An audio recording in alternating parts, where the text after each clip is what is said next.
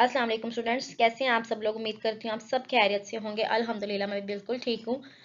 और आज का जो हमारा टॉपिक है, this is the particular nature of the heredity, यानी हेडिटी जो है वो पर्टिकुलर नेचर होती है। तो ऐसी कौन सी है कि जो हेडिटी मटेरियल जो भी चीज़ है, क्योंकि अभी हमें नहीं पता कि वो जीन्स है, वो क्रोमोसोम्स है, वो कौन सी चीज़ है जो ट्रांसफ़र हो रही है। तो इसकी पर्टिकुलर नेचर को आज हम डिस्कस करेंगे। फिर देखते हैं कि नेक्स्ट जो है किस तरह से डिस्कवरी वगैरह इन सब चीज़ों की गई। तो वीडियो को स्टार्ट करने से पहले आपने सबसे पहले वीडियो को लाइक कर देना है और इसको ज़्यादा से ज़्यादा सब फ्रेंड्स फैलो सबके साथ शेयर कर देना है, और उसके बाद वीडियो को आपने वॉच करना है, ठीक है। और सबसे पहले आपने चैनल को सब्सक्राइब कर देना है। और इसके अलावा आप इंस्टाग्राम को फॉलो कर सकते हैं, कुछ भी पूछना चाहें तो आप पूछ सकते हैं। अब यहाँ पे ये चीज़ है कि what is the heredity material. अभी हमें नहीं पता कि हम किसके बारे में पढ़े हैं, डीएनए के बारे में पढ़े, क्रोमोसोम्स, क्योंकि उस टाइम तो ये टर्म्स कुछ थी ही नहीं ना। इसी बात को तो पढ़ने की या समझने की कोशिश की जा रही थी कि एक्चुअल में ये क्या चीज़ है जो इस तरह के काम करे, किसकी वजह से ये हो रहा है, ठीक है। और फिर उसको कहा गया इट्स पर्टिकुलर नेचर, कि इसकी पार्टिकुलेट नेचर है, एक फिक्स उसकी फिजिकल नेचर है, पार्टिकल की फॉर्म में है, वो छोटा सा है। तो इस तरह से तो हम देखते हैं किस तरह ये सब काम हुआ। नेक्स्ट, ठीक है। तो सबसे पहले जी क्या हुआ, वर्क ऑफ गाल्टन। गाल्टन ने अपने काम में, यानी मैंने आपको कहा था ना नेक्स्ट आएंगे गाल्टन, मेंडल्स वगैरह, इसने क्या किया था। Galton, they suggested that the hereditary material is of the particular nature. उसने सबसे पहले ये कहा कि जो ये है hereditary material जो है, this is particulate nature. Particulate का मतलब ये है कि पैकेट्स की फॉर्म में है या फिजिकल उसकी एग्जिस्टेंस है, ठीक है। इस तरह का काम, इस तरह की उन्होंने जो है वो एक सुजेशन दी कि ऐसा है, ठीक है। According to him these particles way be handed down, कि ये पार्टिकल जो वो नेक्स्ट आते हैं वाई ऑन फ्रॉम, यानी from the one parental trait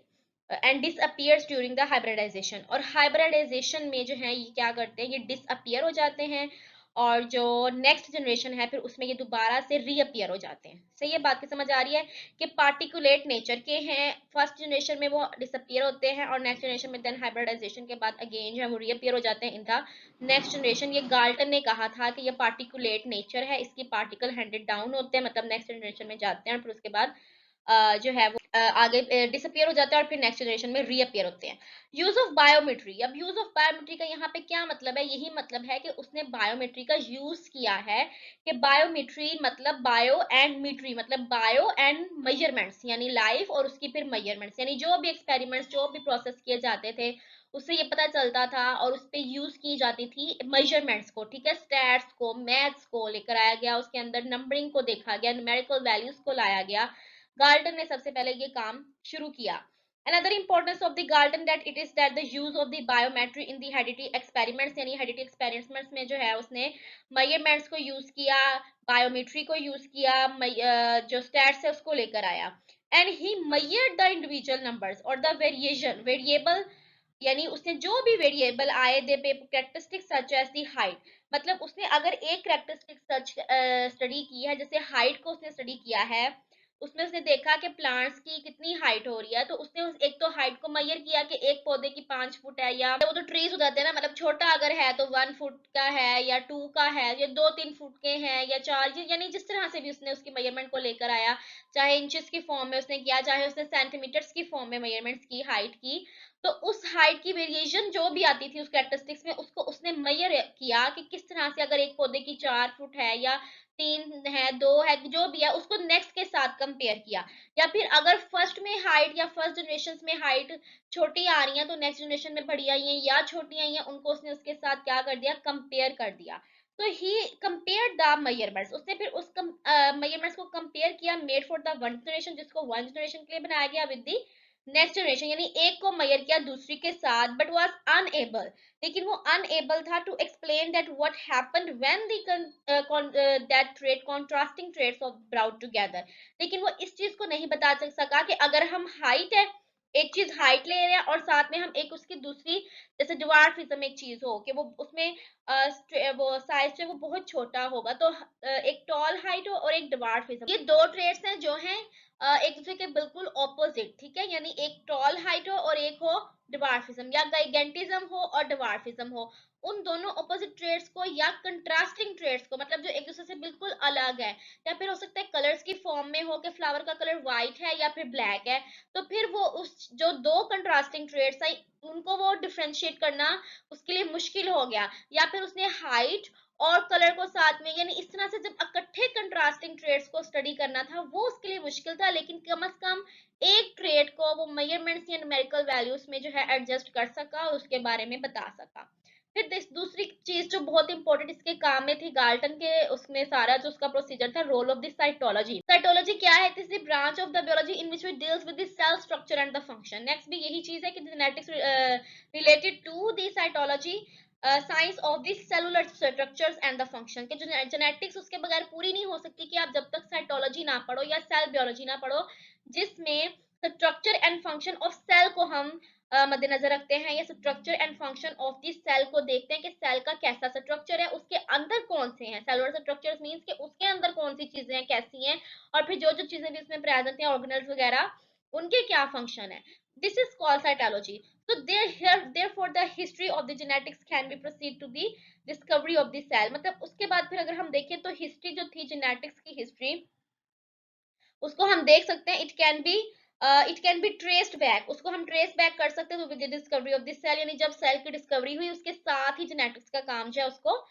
लाने की कोशिश की गई कि फिर अगर सेल इस तरह से तो है तो फिर उसमें जेनेटिक्स किस तरह से है। ठीक है, इस तरह से इसको स्टार्ट किया। उसके बाद क्या है, this cell was discovered by the Robert Hooke ने 1665 में सेल को डिस्कवर किया, and at that time the significant character of the cell was discovered, यानी सिग्निफिकेंट करेक्टर जो उसका सबसे ज्यादा एक इम्पोर्टेंट करेक्टर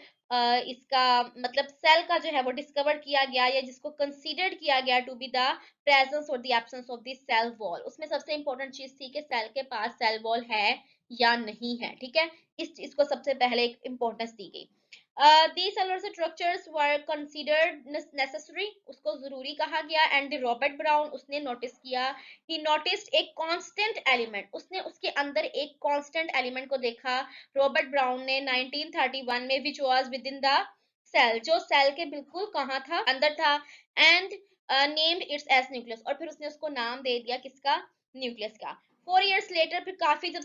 साल गुजर गए, Schleiden and the Schwann they proposes their cell theory, उन्होंने जो है वो अपनी सेल थ्योरी को स्टार्ट किया, सेल थ्योरी के बारे में बताया, which is led to the recognition of this cell, उसने सेल को रिकॉग्निशन दी एज ए यूनिट, यानी ये एक यूनिट की फॉर्म में है, इसको हम यूनिट कहेंगे कि एक कंप्लीट यूनिट है जो ये है सेल। ठीक है, and this cell theory also help in the recognise the various disciplines, और इसके अलावा सेल थ्योरी ने जो है बाकी सभी डिसिप्लिन्स को पढ़ने में या समझने में हेल्प दी, जिसमें बियोलॉजी है, सच एज फिजियोलॉजी है, फिर उसके अलावा यहाँ पे एम्ब्रियोलॉजी है एंड पैथोलॉजी है। ठीक है, embryology and pathology is here. तो मतलब कि ये जो सब ब्रांचेस थी या सब चीजें थी उसको उसने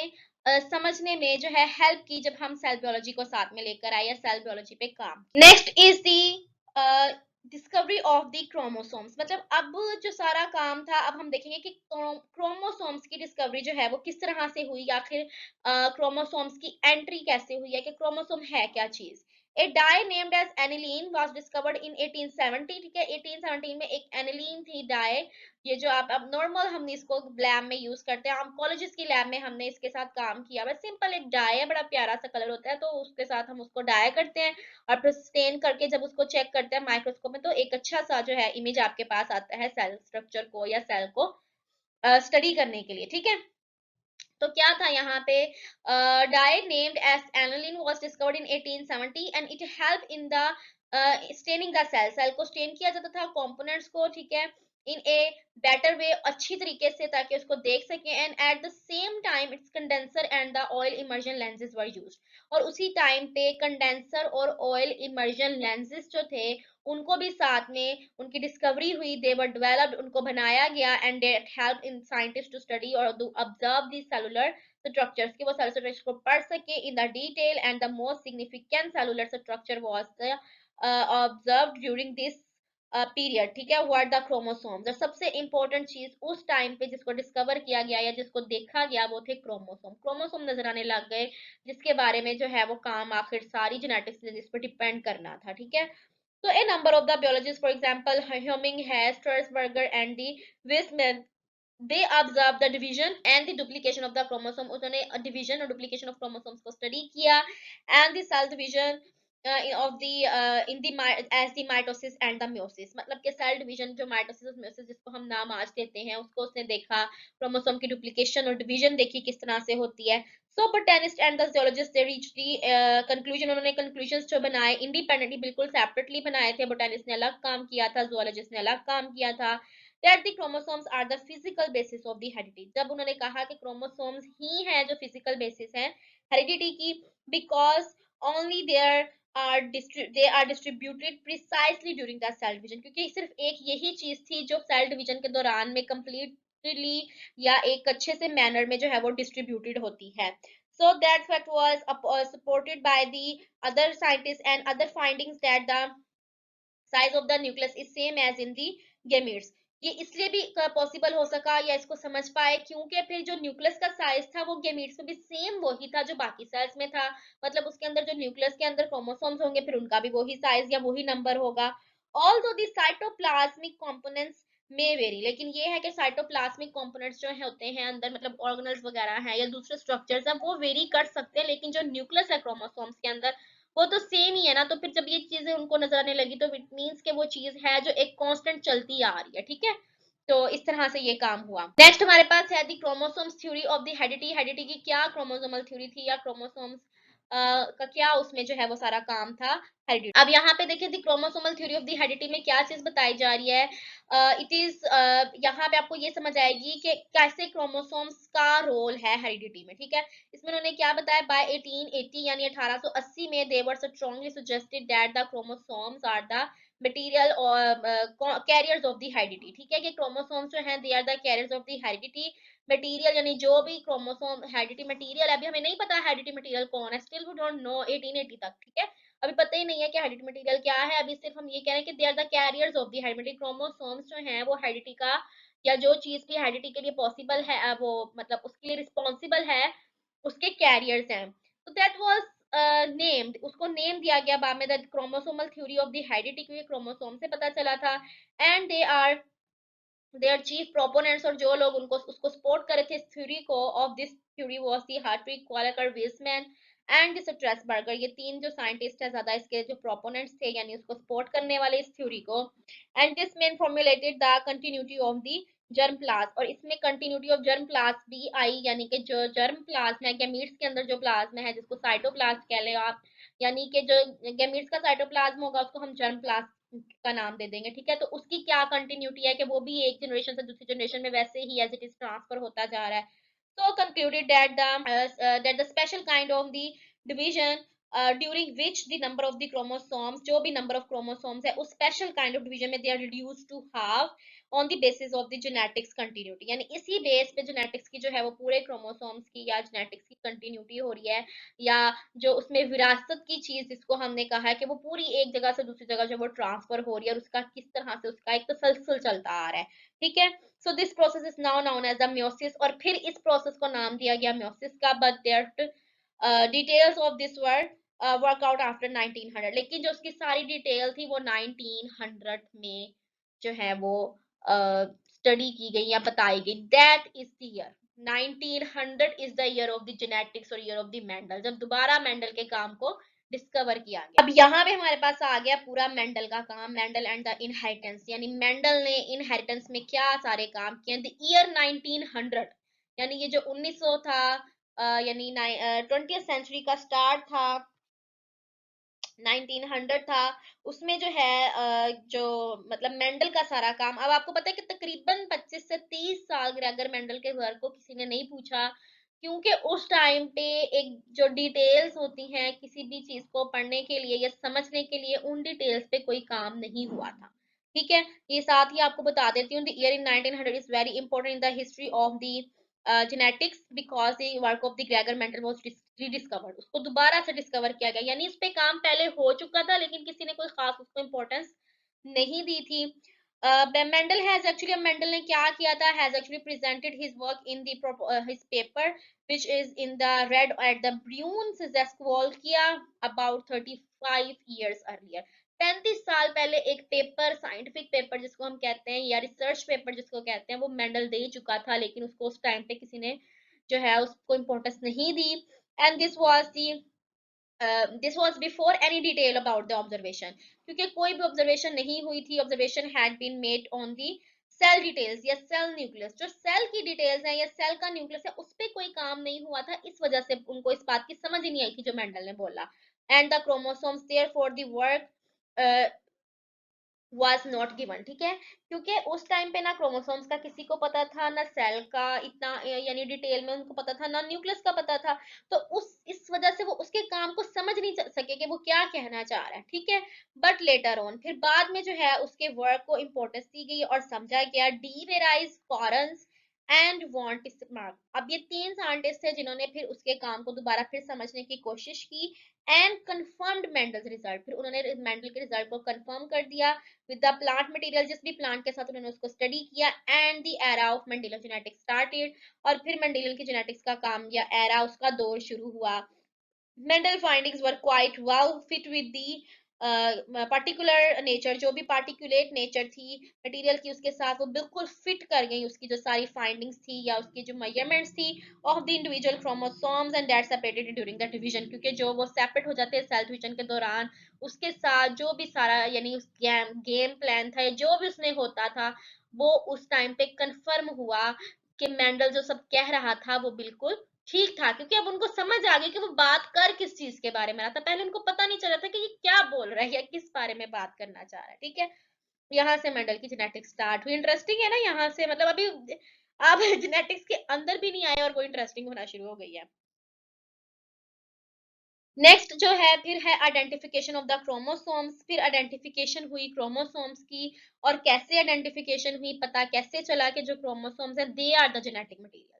The constancy of the chromosomes help explain the constancy of the heredity, क्योंकि जैसे जैसे क्रोमोसोम के कांस्टेंट होना था वैसे ही विरासत या हेरिडिटी का कांस्टेंट होना पता चलता रहा at the different possible combinations, और उसके अलावा इस चीज का भी कि किस तरह से डिफरेंट जो है वो पॉसिबल कॉम्बिनेशंस जो हैं इसके क्रोमोसोम्स के, यानी क्रोमोसोम के डिफरेंट पॉसिबल कॉम्बिनेशंस होते हैं ना, तो उसके बारे में पता लगने लगा कि किस तरह से different combinations during the meiosis helped explain some of the variability of heredity, और उसके अलावा जो वेरिएबिलिटी थी उसमें जो चेंजेस आ रहे थे उनके बारे में भी इस चीज का पता चलना शुरू हुआ और आइडेंटिफिकेशन हुई क्रोमोसोम्स की, ठीक है।